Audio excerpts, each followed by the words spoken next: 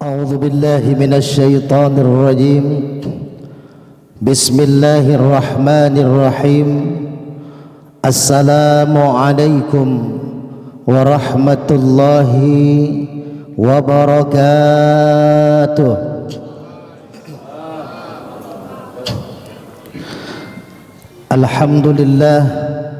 Alhamdulillahi Rabbil Alamin. Assalatu wassalamu ala asrafil anbiya wal mursalin wa ala alihi wa sahbihi ajma'in, amma ba'd.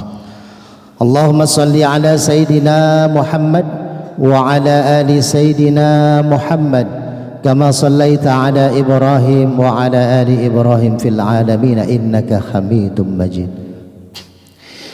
Bapak Ibu para jamaah salat tarawih Masjid Al-Amanah yang dimuliakan Allah, alhamdulillah, puji dan syukur kita sama-sama panjatkan pada Allah Subhanahu wa ta'ala.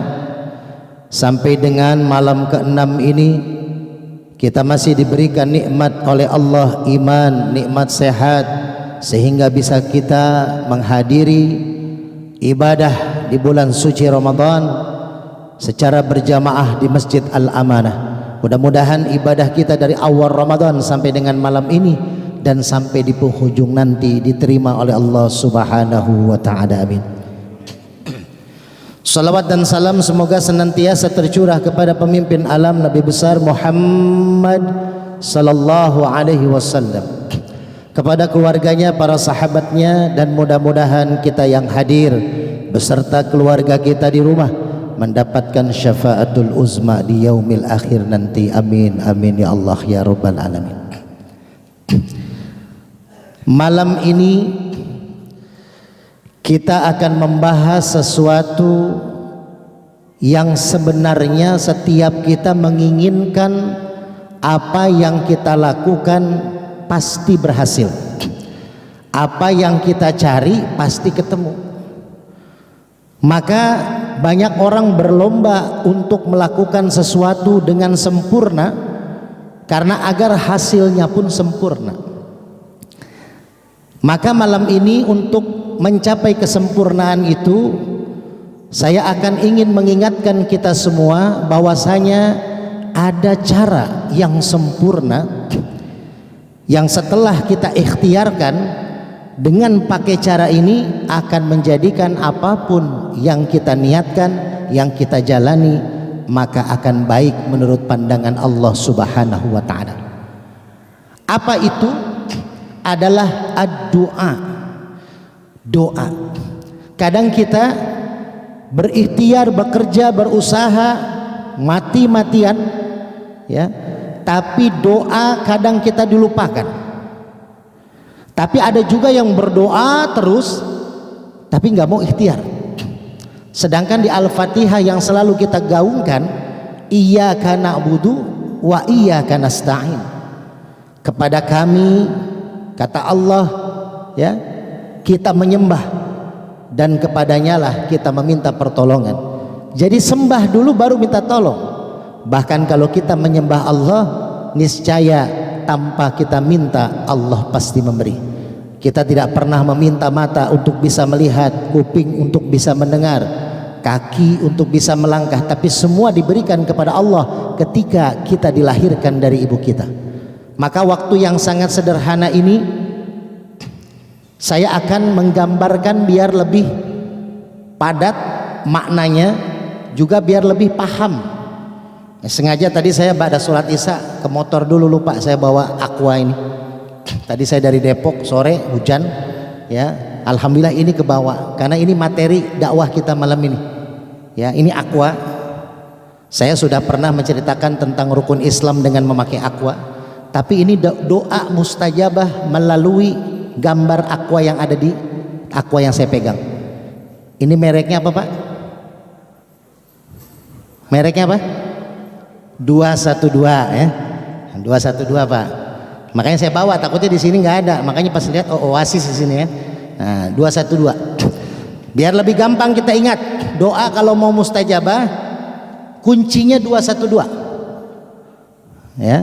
Apa itu 212? Mari kita terangkan secara padat, ringkas, dan mudah-mudahan selesai. Dua yang pertama ini berkaitan tentang hadis Rasulullah Shallallahu Alaihi Wasallam yang amat masyhur pada bulan Ramadan. Ada dua hadis tapi maknanya sama. Yang pertama, man qama Ramadhana imanan wahtisaban ghufira lahu ma taqaddama min dzanbi.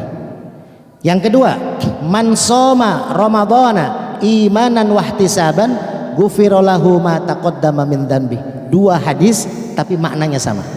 Yang pertama, man qama Ramadhana, barang siapa yang mendirikan ibadah pada bulan Ramadan, salat fardunya, salat sunnah malamnya, lalu baca Qur'annya, lalu zakat infak sodakohnya.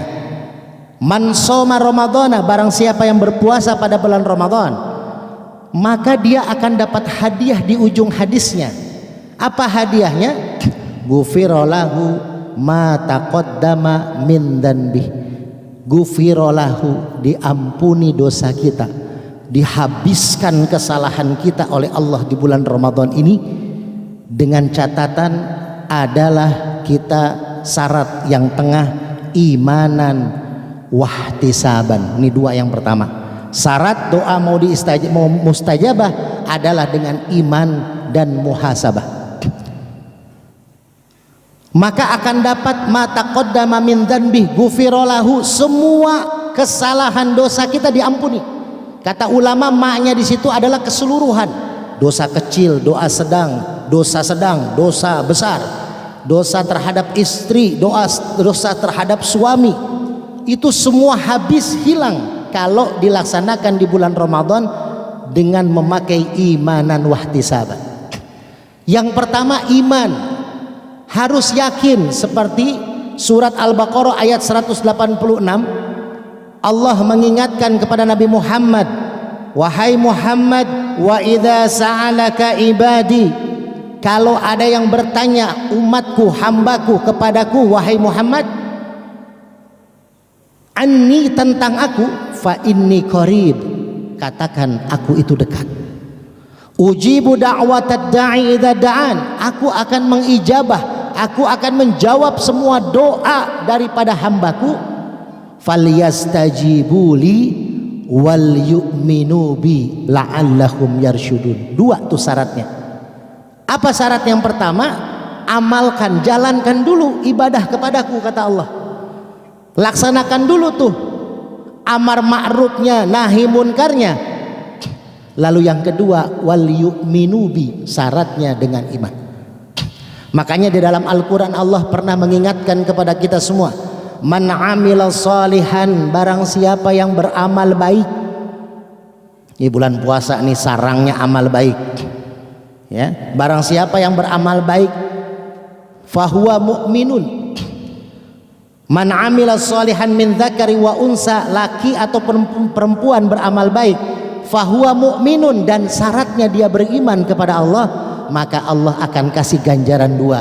Falanuhyiyannahu hayatan thayyibatan, kehidupan di dunia yang layak, walanajziyannahum ajrahum bi ahsani ma kanu ya'malun, kehidupan di akhirat Allah akan ganjar dengan mendapat ridhonya Allah Subhanahu wa taala. Jadi syaratnya dua nih Pak. Kalau mau mustajabah doa, iman pertama, yakin. Banyak orang datang ke dokter ketika sakit ya, dia meminta ke dokter agar sembuh dari penyakitnya. Dokter ini adalah jembatan, wasilah. Kalau kita masuk angin pakai minyak kayu putih, minyak kayu putih itu wasilah. Hakikatnya Allah yang memberikan pertolongan, ini satu di tengahnya adalah Allah Azza wa Jalla. Kalau kita beriman, yakin kepada Allah yang satu, mau minta apapun kita kepada Allah dengan wasilah dokter, dengan wasilah bos kita, atasan kita, kita minta jabatan, tapi dengan atas dasar lillahi ta'ala, dengan dasar ridho Allah, maka Allah akan mengabulkan segala macam doa kita. Yang paling utama itu tadi, iman pertama. Yang kedua, muhasabah. Apa itu muhasabah? Muhasabah artinya menghisap diri, merenungin diri, dan kita menjalankan ibadah yang Allah perintahkan, itu muhasabah, hisab. Makanya as-shalah, salat itu adalah tonggak utamanya hisab. Yang saya ceritakan dulu di sini, 5 rukun Islam dipegang Aqwa dengan 5 rukun kuat, ya. Haji, puasa, zakat, ini tidak akan diterima Allah kalau 2 ini nggak dipakai, yaitu iman dan sholat. Jadi walaupun rajin umroh tiap tahun, ya, rajin haji, sodakoh kemana-mana, puasa Senin Kemis, tapi dia tidak sholat, dia tidak iman kepada Allah, nggak akan diterima nih yang 3 nih. Maka 2 itu muhasabah. Coba kita tengok Siti Maryam ketika difitnah oleh Allah. Beliau wanita solehah, wanita yang tidak pernah bermaksiat, tapi diuji oleh Allah, ditiupkan ruh ke dalam perutnya. Gunjingan, fitnahan, cacian. Kalau zaman sekarang mungkin di Instagram, di Facebook, di medsos semua, Siti Maryam nih belum punya suami, perut sudah melendung, ya. Tapi hinaan, cacian itu diterima oleh Siti Maryam begitu bertubi-tubi. Akhirnya dia mengasingkan diri di dalam mihrabnya, di dalam tempat pengasingannya. Dia sholat, dia zikir, dia menangis kepada Allah. Lalu Allah mengutus malaikat. Allah mengutus malaikat, lalu Allah mengatakan kepada Siti Maryam, wahai Maryam, saum, kamu puasa. Saum ada 2 nih Pak, ada saum, ada siam. Apa perbedaannya nanti kita lihat dari cerita ini. Sama Allah diperintahkan malaikat untuk menggerak-gerakkan kebun pohon kurma. Akhirnya jatuh tuh kurma, lalu makanlah Siti Maryam. Tapi Allah masih menyuruh saum. Siti Maryam makan kurma karena bayinya harus makan di tempat perasingan. Lalu disiapkan air zam-zam diminum, tapi masih dalam keadaan saum. Apa saum maksud Siti Maryam ini? Dalam Al-Quran saum hanya disebut 1 kali, yaitu untuk Siti Maryam. Sedangkan as-siyam itu sampai 5 kali. As-saum ini adalah Siti Maryam tidak boleh berbicara, nggak boleh ngomong sama Allah. Jadi perbedaannya, kalau saum, misalkan bapak pulang tarawih, ya, tadi sebelum tarawih ibu nggak bikinin kopi, habis buka puasa bapak masih ngambek, pulang tarawih ditegur sama istri, ya, sama istrinya, "Pah, mau bikin kopi nggak?" Bapak diem aja karena masih ngambek tuh. Kenapa bapak kok ditanya nggak jawab-jawab? Bapak lagi saum, nggak mau ngomong sama mama. Nah itu saum, itu artinya nggak mau berbicara, nggak mau mendengar. Tapi kalau siam keseluruhan, ya ayyuhalladzina amanu kutiba alaikumus siam, perintah kita adalah siam. Kalau Siti Maryam masih boleh makan, boleh minum, jadi jangan pakai alasan saum ini. Oh nggak apa-apa, Siti Maryam tuh puasa tapi dia makan minum, ya. Kalau makan minum orang-orang yang berpuasa, nah itu puasanya seperti puasa Siti Maryam. Doanya diistajab sama Allah di mihrabnya itu. Apa? Ternyata Maryam tidak perlu menjawab gunjingan orang. Nabi Isa alaihissalam ketika lahir masih bayi bisa menjawab pertanyaan orang-orang, bahwasanya dia, ibunya tidak pernah berzina, ibunya adalah wanita yang solehah, dan dia ditiupkan ruh di dalam perut ibunya oleh Allah Subhanahu wa ta'ala. Bahkan si Nabi Zakaria yang sering saya daungkan di sini ketika kita mau baca Fatihah, Nabi Zakaria itu berdoa dalam sholatnya dikabul oleh Allah di tempat mihrabnya Siti Maryam. Dia nggak punya anak, sholatlah Nabi Zakaria dalam bacaan iyyaka na'budu wa iyyaka nasta'in. Nabi Zakaria meminta kepada Allah, ya Allah berikan aku keturunan. Ditiupkan ruh, kata malaikat, wahai Zakaria, Allah mengabulkan doamu bahkan di saat kamu masih berdiri dalam sholat, langsung mustajabah. Diberikan anak namanya Yahya, menjadi nabi. Maka 2 syarat itu kalau doa kita mau mustajabah, yang pertama adalah iman, yang kedua adalah muhasabah. Lakukan yang terbaik yang Allah perintahkan, tinggalkan yang Allah larang. Yang pertamanya, satunya yang tengah adalah azza wa jalla, kita minta kepada Allah jangan bersekutu dengan Allah. Dan 2 syarat yang terakhir, kalau doa mau di mustajabah adalah dengan syahadat dan sholawat. Dibuka dengan syahadat, ditutup dengan sholawat. Ini kandungan hikmah. Jadi kalau kita mau meminta sesuatu, ya habis sholat, kan kata Rasulullah kalau kita punya masalah lakukan 6 hal. Pertama wudu, kedua sholat sunnah 2 rakaat, yang ketiga baca Quran, yang keempat kita berdoa kepada Allah, yang kelima kita sodakoh, yang keenam kita pasrah ikhlas kepada Allah. Nah ketika kita zikir minta kepada Allah dalam sholat kita, dalam zikir kita, maka dibuka dengan syahadat, ditutup dengan sholawat. Misalkan malam kita mau zikir, ya Fattahu ya Rozak, karena ada panggilan nih dari atasan, kita mau dinaikin jabatan, tapi ada 3 orang, 1 doang yang terpilih, nama kita ada di situ. Kita minta kepada Allah, ya Fattahu ya Rozak, ya Fattahu ya Rozak, misalkan 1000 kali. Buka dulu dengan syahadat, asyhadu an la ilaha illallah wa asyhadu anna Muhammadar Rasulullah, baru ketuk pintu langit, ya Fattahu ya Rozak. Setelah itu tutup sholawat. Seperti kita membuka pintu pagi hari, itu adalah syahadat. Masuklah orang tamu, menjadi wasilah keberkahan ke rumah kita. Keluarlah kita, ya, mencari nafkah suami, istri ke pasar, belanja masak buat keluarga. Perputaran itu terjadi. Malam ditutup pintu, kalau enggak maling masuk, bisa ngambil HP, bisa ngambil motor. Tutup pintu sholawat. Maka kalau kita melakukan kebaikan, doa, zikir, buka syahadat, ditutup sholawat. Maka hadirin yang dirahmati Allah, alhamdulillah 212 juga ini terjadi pada saya.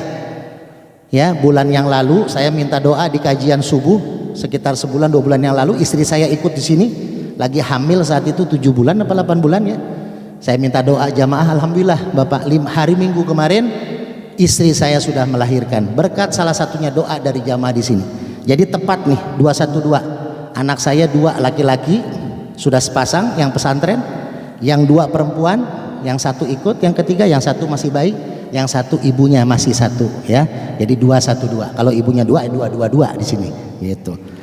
Jadi alhamdulillah, mari sama-sama kita tutup kajian kita malam ini dengan doa Nabi Zakaria.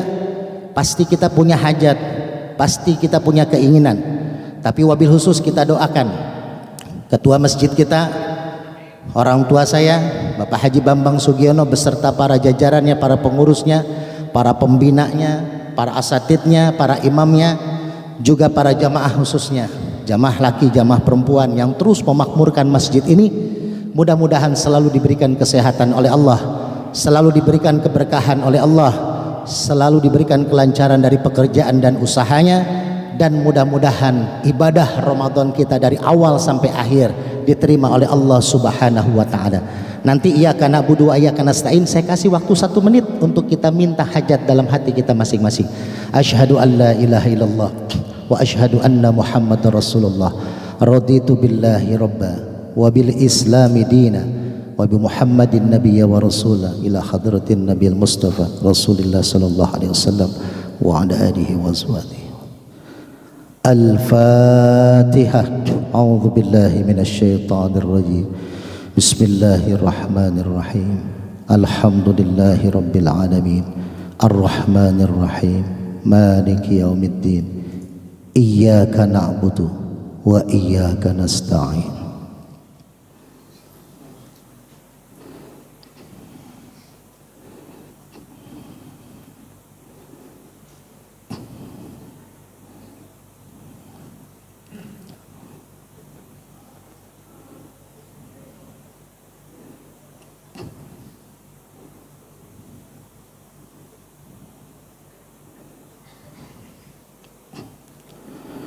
Ihdinas siratal mustaqim, siratal ladzina an'amta 'alaihim, ghairil maghdubi 'alaihim waladdallin. Amin.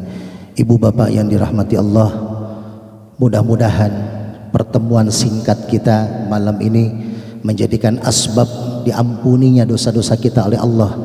Karena kata Rasulullah, kalau orang-orang sudah diampuni dosanya oleh Allah, maka doanya termasuk doa yang mustajabah.